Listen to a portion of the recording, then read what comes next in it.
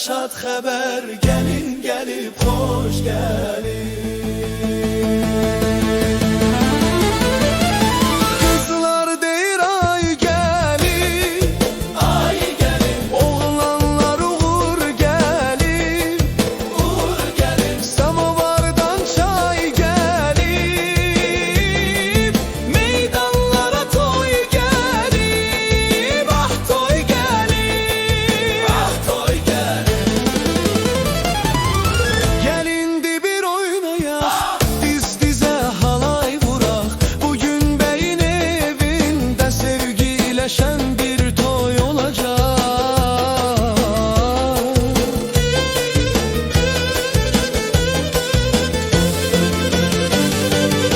Bizim evdə bugün toy var, ay toy var, ay toy var. Oynayaq gülə ürək dolu biz sevinə, yay sevinə. Kapıdan giren herkesin yüzünde gülüş var, gülüş var. Xalçalar üstə oynayır balaca uşaqlar, uşaqlar.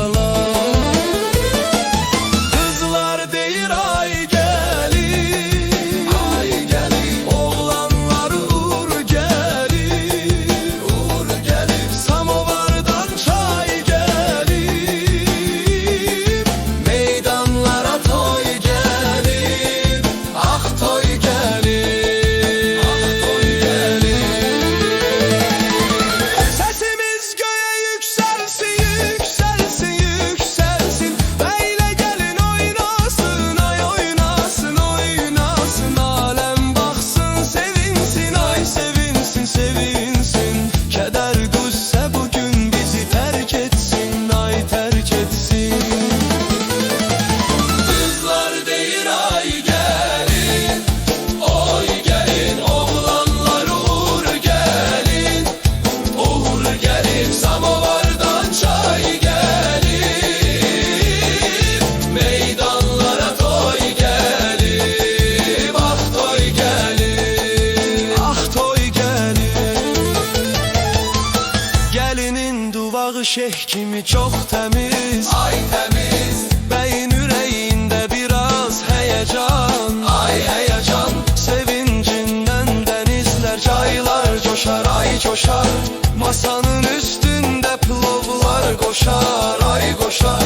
Kızlar deyir ay gəlin, ay gəlin. Oğlanlar uğur gəlin, uğur gəlin. Samovardan çay gəlin, meydanlara toy gəlin. Ah toy gəlin.